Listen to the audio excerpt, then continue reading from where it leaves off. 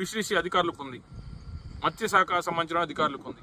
అదేవిధంగా జియో నెంబర్ 7 తర్వాత ప్రభుత్వం Andhra Pradesh state aquaculture development authority అని చెప్పి ఏపీ సాదా యాక్ట్ అని చెప్పి ఒక చట్టాన్ని తీసుకొని వచ్చి ఆ చట్టంలో అసలు లైసెన్స్ ఏ విధంగా పొందాలా, గతంలో వచ్చిన లైసెన్స్ని ఏ విధంగా రెన్యువల్ చేసుకోవాలా, ఏ విధంగా ఎండార్స్మెంట్ తీసుకోవాలని చెప్పి స్పష్టంగా కూడా ఆ యొక్క చట్టంలో ఉంది. అయితే అసలు ఈ వీడియో మీకు ఎందుకు చెప్తున్నాను, చట్టం మీకు ఎందుకు చెప్తున్నానంటే కేవలం ఇప్పుడు చెప్పబోయే అంశమే.